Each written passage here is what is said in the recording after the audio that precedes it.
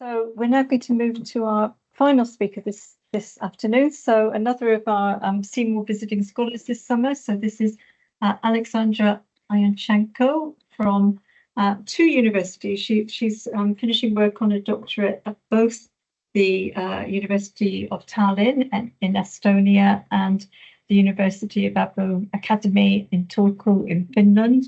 And I think also, as well as being a doctoral candidate, I think you actually you work at those universities as well.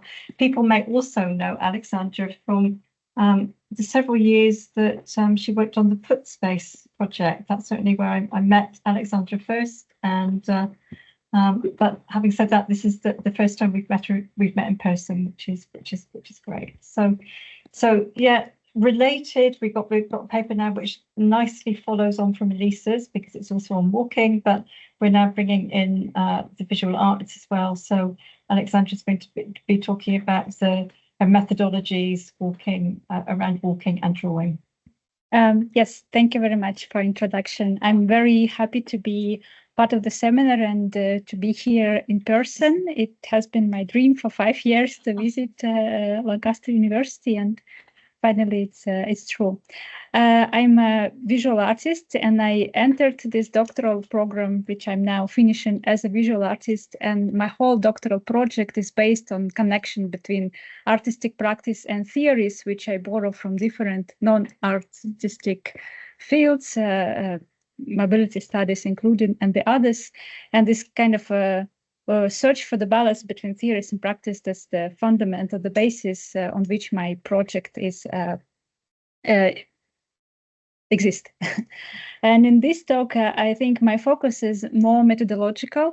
I always wonder, my question is like how, not in a way of describing, but actually making how you would apply artistic methods, or how this method actually help you to understand the issue or research question or topic you're working. And the more I work on my dissertation and everything, I feel that my main contribution is mainly methodological, and I'm happy to share this experience today. Well, yes, from the title, it's about connection between walking and drawing. And I start with drawing or sketching. It's also called field or observational or ethnographic drawing. It has different names, but in principle, you go somewhere outdoors and you use your sketchbook. This sketching practice has its tradition in art field. It's a part of the artist education. It has its tradition in art history. Mentioned the Impressionists who used to work in plein air, and this practice helped to capture the first impressions of the scene of the place. And urban sketching as a practice is popular all over the world. But also sketching is a research method in ethnography and anthropology. And when I, as a visual artist, read those materials, I was so surprised. And now it gives a kind of theoretical basis for my sketching practice, which I've been doing for years without actually paying attention much to it. And what I learned from ethnography, that's the drawing is a tool for field observation, because it combines documentation, observation, but it also gives space for imagination. You can draw not only what you actually see, but also what you feel and what you imagine in relation to the space. And this feature allows me to claim drawing or on-site sketching as a tool for researching atmospheres. And this is the central question of my dissertation: atmospheres of tramways, atmospheres of public transport spaces. The atmosphere is understood as a relation between subjectivity and objectivity, and the sketching is the way to give the visual form to this intangible phenomenon as atmospheres. And also what scholars mentioned is sketching is a way of noticing the unusual in the usual. They call it estrangement, and this became also one of the main methodological devices in my project, this estrangement, that you do something strange or you notice something strange, and through this strangeness you can grasp this atmospheric experience and also translate it in visual form. Well, That's follow-up questions when I talk about drawings, like why we have to bother to draw, because now we have smartphones and it's so easy to capture, and photography also very powerful observational tool. Here I have two examples. It's from my practice. This is the photo of the market in Tallinn, and this is the sketch of the market. And I don't want to say that photography is not good. It's this slide not for this, but just to show how these two medium can work together. Like in photography, there's a lot of information, but in sketching, I can really capture what was important for me and the scene that made the atmosphere of the place.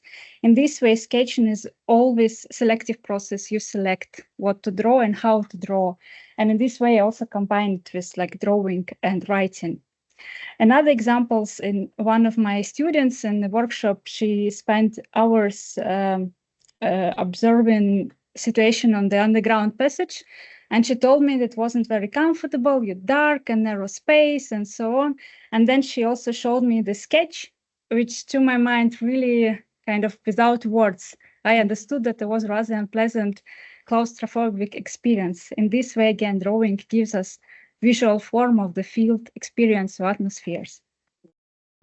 However, sometimes sketching may feel static. Indeed, you have to sit a lot. You have to sit or stand, and it requires time, and it feels kind of static. That's why I suggest to combine it with walking and sketching along the route. It's not really innovative. There has been examples. For instance, the situationist for whom walking was part of their philosophy and their way of exploring urban territories, for instance, drift. And they, after the drift, they produced this map of the psychogeography of the urban territory they kind of explored. But it's not exactly sketching. It gives us example of combination walking and visual, like mapping. Then another practice is transect. It's maybe close to what I'm doing when this exploration is happening along the path, like a route. Here it's used in architecture and urban studies when they study, in this example, the transformation from rural to urban areas, how the changes in the space, so to say. And in the literature, I found something which is called sketch walk, which is closer to what I'm doing. It was proposed as the exercise for architecture students when they explore the territory and they do sketches together with some also analytical exploration of the space. In my case, the route I was using to walk and sketch is what I call them haunted tram lights or haunted tramscapes. This is the tram lines that do not really exist as such. I have two cases from Tallinn and Turku. In Tallinn, it's a Lagna road, which was designed for the tram line, but the tram line never been realized. Yet it still exists as a memory or a dream. And in Turku, the city of Turku used to have tram lines until 1972. Then they were closed altogether, but still there is memories and hopes for these trams to come back. So what I did, I walked along those non-existing haunted tramscapes, tram lines, and did sketches. In this way, I connect walking with sketching in conventional form, like making drawings on the paper. However, we can also think of walking as drawing. Elisa showed us example by Richard Long, when you move and your body leaves traces on the ground, when your body becomes like a drawing tool and the ground as a paper on which you draw. There's in this presentation, I'm not going to focus on those examples, but it's also the way how you would connect drawing and walking. In case of, let's start with the first example in Tallinn, Lagna Road. That's how it looks like. This is rather long and wide road, 7 kilometers long. And this space in the middle was allocated and designed for the tram line. The road was built back in 1980s. However, despite everything was prepared, the tram line never been realized. Yet there is still kind of a lots of images that try to imagine how this road would look like. There are some architectural drawings from 1970s, and yes, so the Lagna tram exists as kind of, that's why I use hauntology, because it exists, it's present in its absence. There is no tram as such, but its atmospheres is pretty much alive through the representations, memories, and hopes, which sometimes become more apparent, for instance, during some political elections or campaigns when politicians promise to bring this tramline back, but probably it will never going to happen, but it still exists, a sort of a dream or phantom. Well, I walked along this road in the middle and kind of along, I don't know, on the side, wherever it was possible to walk, I walked it through. I used, since I said that my focus is mainly on practicalities, I think the format of sketches has to be connected conceptually with what you are researching. In this case, I perceive the road as obviously something linear and something extended in the space, and I prepare this kind of long pieces of paper, which was kind of also, how to say, convenient enough to fold and take to yourself on the field. And this sketching and walking observations resulted in this kind of long drawings, where I also wanted to emphasize this word game, tram line, storyline, timeline, graphic line. I try to kind of create one-line drawing that would encapsulate 7 kilometers of the road, so to say. However, when I was drawing, I was also researching information about the neighborhood and the road and all the other aspects. And I felt that all this wonderful information is missing from the field sketching. And in this way, I suggest to make a next step. For instance, well, what is usually in ethnography, there is a field notes which become a material to analyze, and the end product is publication probably.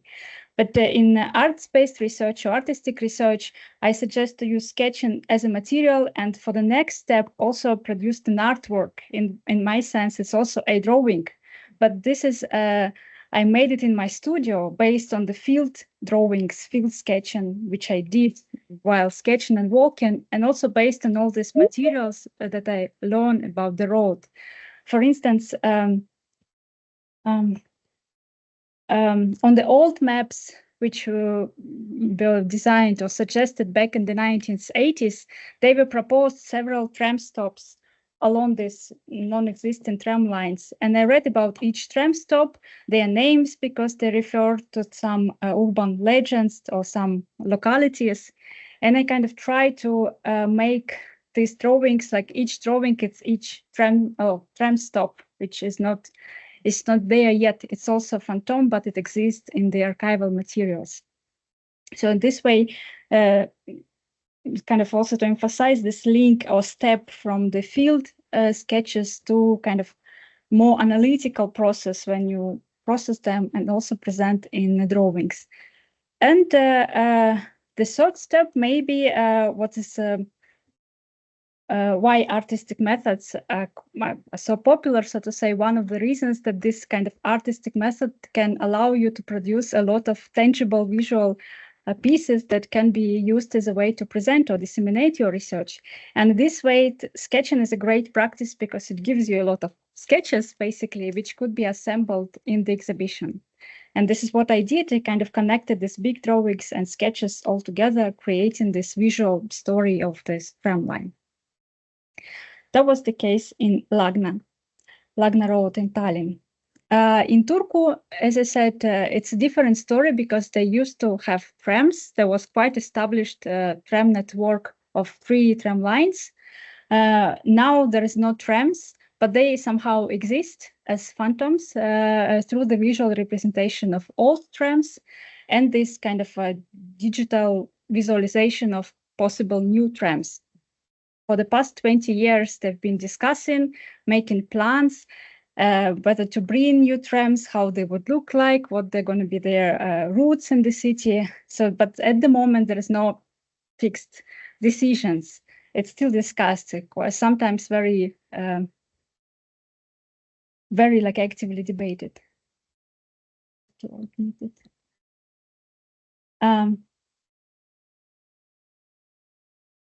And yes, these old photos are pretty much alive, and they're used as a souvenirs or postcards of the city, which I found very peculiar. Like you advertise your city with something which is not there in a way. So back to this routes, my walking and sketching routes, as you see, there's quite extensive tram network, 3 tram lines, each of which is also about like 6 or 7 kilometers. So it took me quite a while to walk it along through. It took several months, including Finnish winter, which was challenging, but I wanted to test how sketching would work in winter time.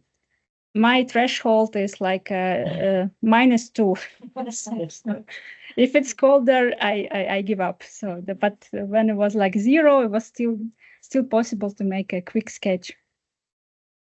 Since it was that big, my walking became cycling sometimes, and I used my bicycle. So kind of, I cycled to the point where when I continued, let's say first day I start drawing, and then next day I come to the same point and continue walking. So it becomes a kind of combination of different mobile practices, so to say. And also bike was very handy to use as a desk, a mobile desk for drawing. Again, I focus on this kind of practical things, how you actually draw, like what you have to have. And here you see that I used this material of soft pastel. Again, back to the point that I stress that sketching has to be conceptually connected to what you're looking for. In this case, soft pastel is a metaphor for phantoms because it's basically dust. And then it can be easily, it can easily disappear like a dust. It's unstable unless you fix it. And this yellow color is also not coincidental because Turku trams used to be yellow, and this yellow color persisted until today in livery of all public transport buses and all the public transport in the region. And when the old trams used to be active, people called them yellow danger because some of them, they moved quite silently, and there was some kind of danger coming to you, because you can't hear it too much. So this kind of yellow color persisted as another metaphor for phantom trams. So this is a bit of my sketching process, how it looked like. It's again quite a quick, fast sketching process to capture.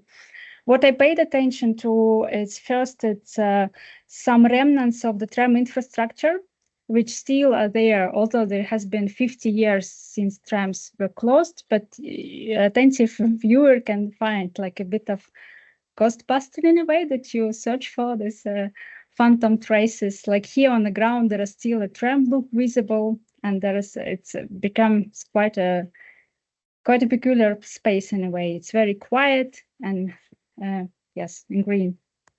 There are those more explicit elements, that there used to be a tram terminus on this side, and there are some signs still on the building.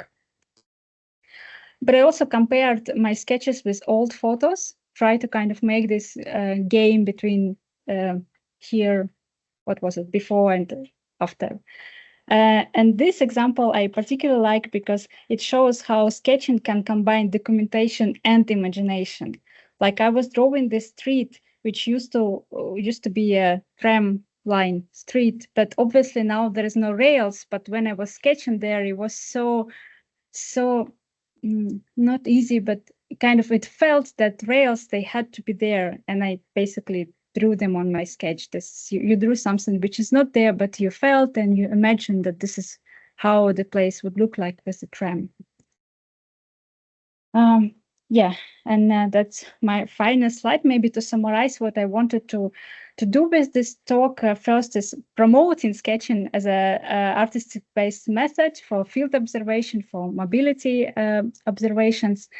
that I highlighted this kind of mobility potential of sketching.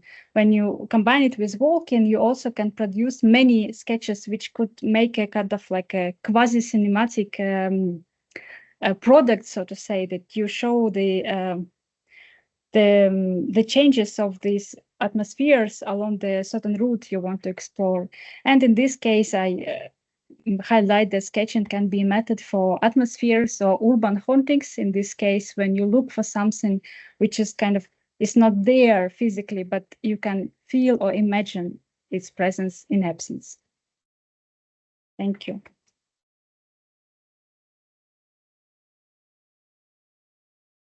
Thanks so much, Aleksandra. And I'm pleased to say that despite all the technical hitches, we do still have 10 minutes left officially of our time. So that's great. While Jenna's getting ready, I can read out. We already have one observation from one of our audience. Just go back to it. So yeah, Nick Green. Yeah, it's actually Nick Ferguson, I think, made this observation. So Nick says, the attempt to sketch while moving reminds me of a series by artist Rachel Lowe, Letter to an Unknown Person. They might be interested to look at that. So Jen's nodding. I don't know if Aleksandra knows. I don't know. Thank you. I don't know. I'm very curious. Yeah. I think it was the same artist I remember, Rachel Lowe. I remember years ago her making drawings from moving to new screens, but maybe Nick could say a bit more. Maybe see if Nick is there, whether we could get your volume working.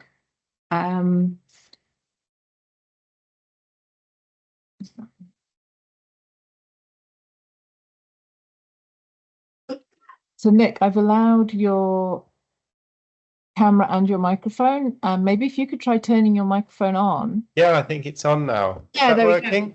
Yes. Yay. Hi, thank you very much for that presentation. Yeah, I was thinking, Rachel Lowe is a British artist, and a very long time ago, it must be what, 15, 20 years ago now, she made a whole series where she attempted to draw directly onto the window of a car. I think it was the side window, as the car was moving, and draw the landscape. And I mean, this is a wonderfully kind of, obviously she fails, but she also manages, and we end up with this drawing. She has a marker pen, black marker pen. There's something really, really compelling about this thing that she's trying to capture and is constantly fleeting. And the kind of impossibility of this task is kind of what makes the image then you want to look at it all the harder, because you wonder what's there and or what could be there. And I think that and she kind of defies that, or turns over that kind of idea of the sketcher, the drawer standing still, looking at something that's still. It really is a great series. So I was just thinking of it as you were talking, and some of the drawings that you had were a little bit more dynamic than others, and that's what made me think of them. Yeah, thank you very much. I didn't know about her. I didn't know that artist and that project, but from literature, I know other examples when about this drawing from the moving vehicle. One scholar, I think he is architectural professor, he called it motion pictures. There's the same idea that you draw on he drew on the same page, like those layers of the moving landscape, and that become like a palimpsest of different images. It looks very messy and very dynamic and lovely, and I tried to do it, but it gave me motion sickness, so I couldn't proceed with this properly as a research method. As an exercise, it was really cool to do, but to give it like a, to have it a substantial method, at least I failed. It really gives a dizziness. Interesting, because road architects, when they're kind of planning or building a new road, they do like a series of stationary drawings to try and map out what the view of the road and the landscape's going to be for the driver as they pass through the landscape. But it's kind of almost the opposite process because they kind of, they're stationary when they actually produce the images.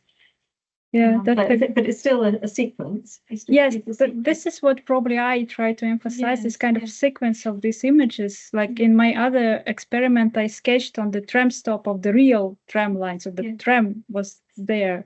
And I then sketched on each of the tram stop, and it was important to visit all the tram stops along the line. And then you have it like a panorama of different sketches. Right, okay, thank you. So we've got another question, potentially, Jen, if you could help us from Neil Greenhouse.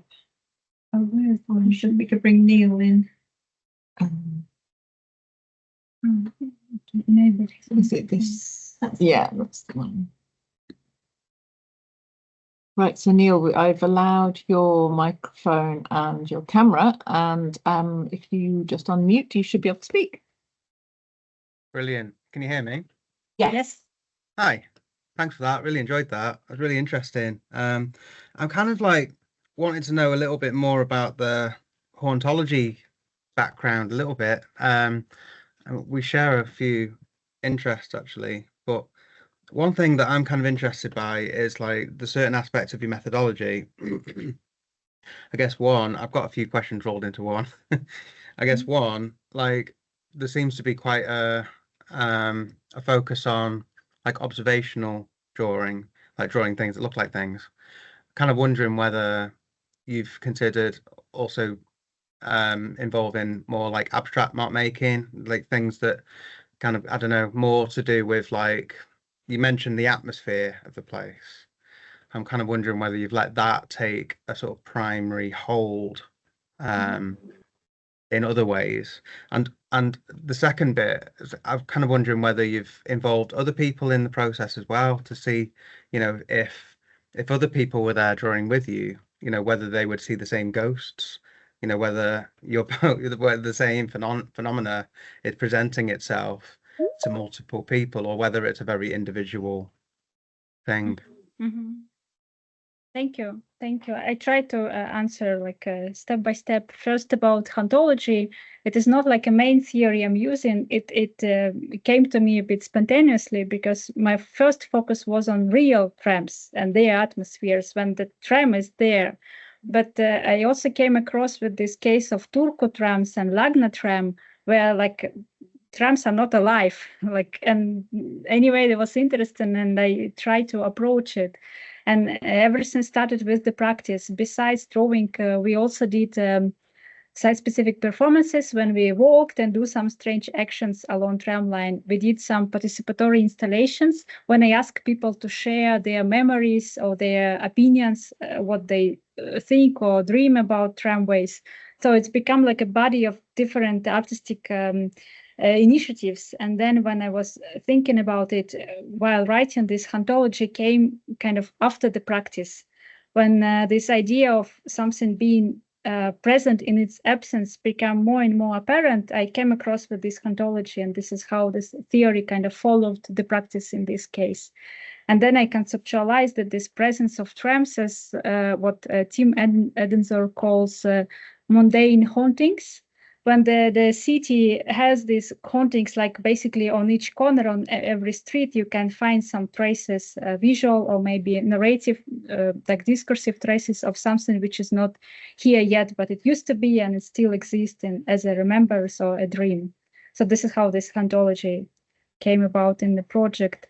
Then sketching in this case, yes, maybe in this case, sketching is more like my individual project. I do sometimes sketching workshops, but it wasn't the case when we walked as a group to sketch the same location. Actually, thank you for the idea. I probably have to try it at some point. But I did, as I said, some other actions like participatory installations when people, they were involved in the process, but not in the sketching. And the third point, whether to rework sketching into something more abstract or imaginative.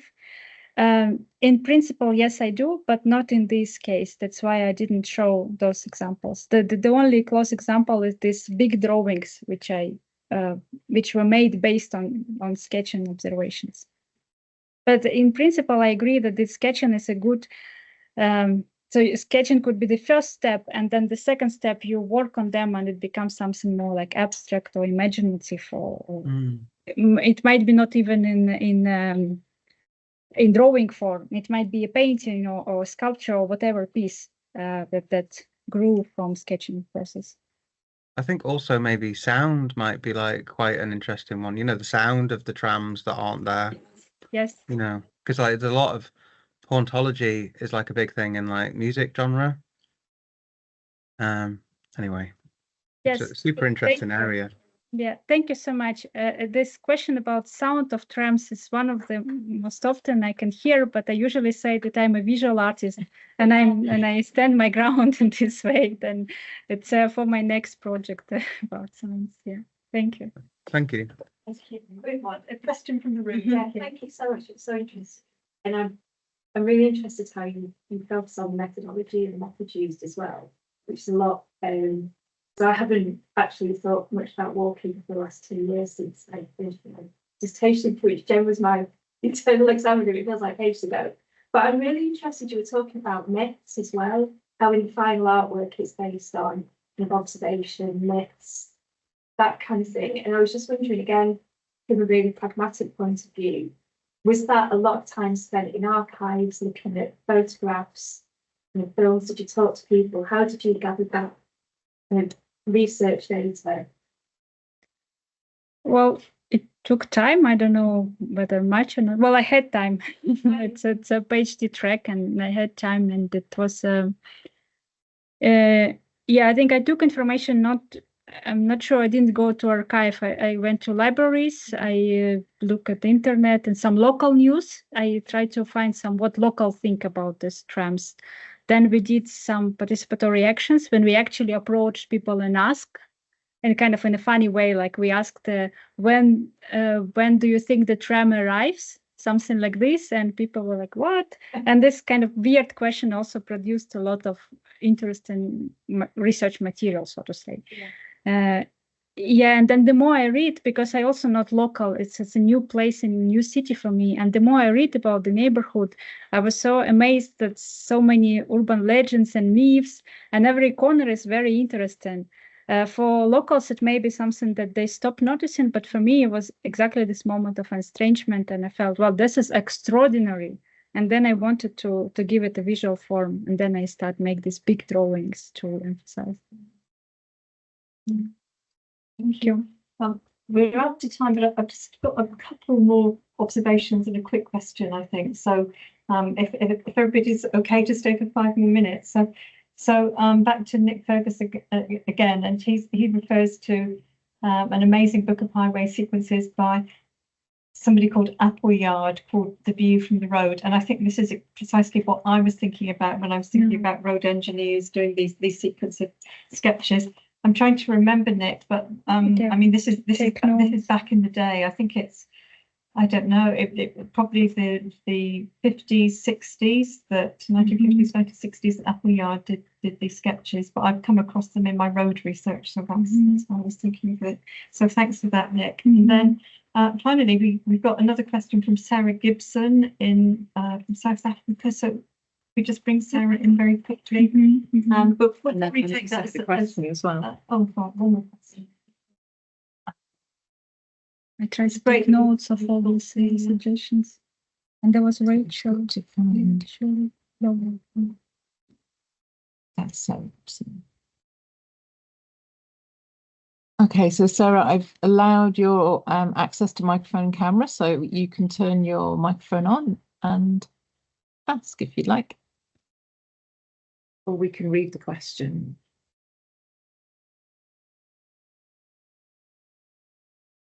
So Sarah, we can't hear you.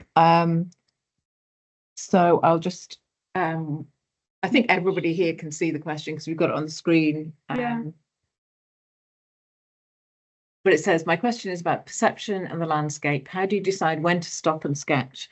I was also thinking of how Wordsworth used to walk and sketch in Romanticism. Thanks for the question. Yes, about this romanticism practice of wandering in these ruins, and then they also kind of was looking for some spirit in the nature. In this way, it's very relevant, but I decided not to bring it in the talk. And the second, that's very important, how and when I decided to stop. That's I'm sorry, I probably forgot to mention it. That was an important moment when you decide to stop. Like in the first case, when I walked on Lagna Road, I knew where to stop because I tried to connect with those tram stops which were proposed for the road. And there's also existing bus stops. So I stopped at the stop, so to say. Because I know in Turku, it was different because I didn't have exact map of these tram stops, and now it's not possible to trace them. And it was indeed very, very interesting experience. I describe it as the way that I stopped when something. Well, I stopped to draw when something drew me to stop. Kind of in a way, I try to be attentive to my own experience. And usually, this moment of stop happened when there was, for instance, on the edge between two neighborhoods, when you enter the busy road after quiet lane, so to say. This moment when this kind of the edges between different atmospheres. At least I try to be attentive to them. And I also describe it as a way of. In photography discourse, there is a notion of punctum. There is something that kind of, you look at the image and something freezes you. You have this eerie moment of being like frozen because the image haunts you or captivates you. And I decided to take this notion from photography discourse into this field environment. That sometimes something really stops you there in the city. And this is valuable, like precious moment when you really feel estrangement in the ordinary. So I try to be attentive to those moments as much as possible. Thank you. So that's a good question. Yeah, I really responded just Yeah. now because my curiosity is about the fact that you were mentioning psychogeography at the beginning and psychogeographic maps. So I was wondering to what extent you include or you deal with like the, let's say, psychological effects of the environment on like your performance of drawing. So how much of your like subjectivity you put into the drawings? Don't know if you can. Yeah, thank you. That's a good question, and especially with this artistic methods and the sketching itself, there's a lot of subjectivity because this is always a person who draws, and this is my way of drawing it, and this is kind of I cannot get rid of this, but I try to balance, so to say. For instance, as I said, I was called to draw, but I kind of how to say, if I felt that I was so tired or there is so much in my head that I cannot focus on the location, I stopped my sketching practice and I came another time when I feel more concentrated on the environment. This was my way to kind of balance between subjective and objective. However, when we talk about atmospheres, it's inevitable because atmospheres, they are half subjective. This is me who experience it. And then in writing, in the dissertation in writing, there was more space to describe this subjectivity and my positionality at the time of certain age and certain like appearance, and this affects the sketching process. Maybe not in those projects, but in other sketches when I did in tram stops, in real tram stops, there were a lot of people. My like personality affected sketching process way more because people talked to me and then they saw me. But in this way, it was more like a solitary experience. Thanks for the question. Thank you very much. So I'm going to give it another round of applause.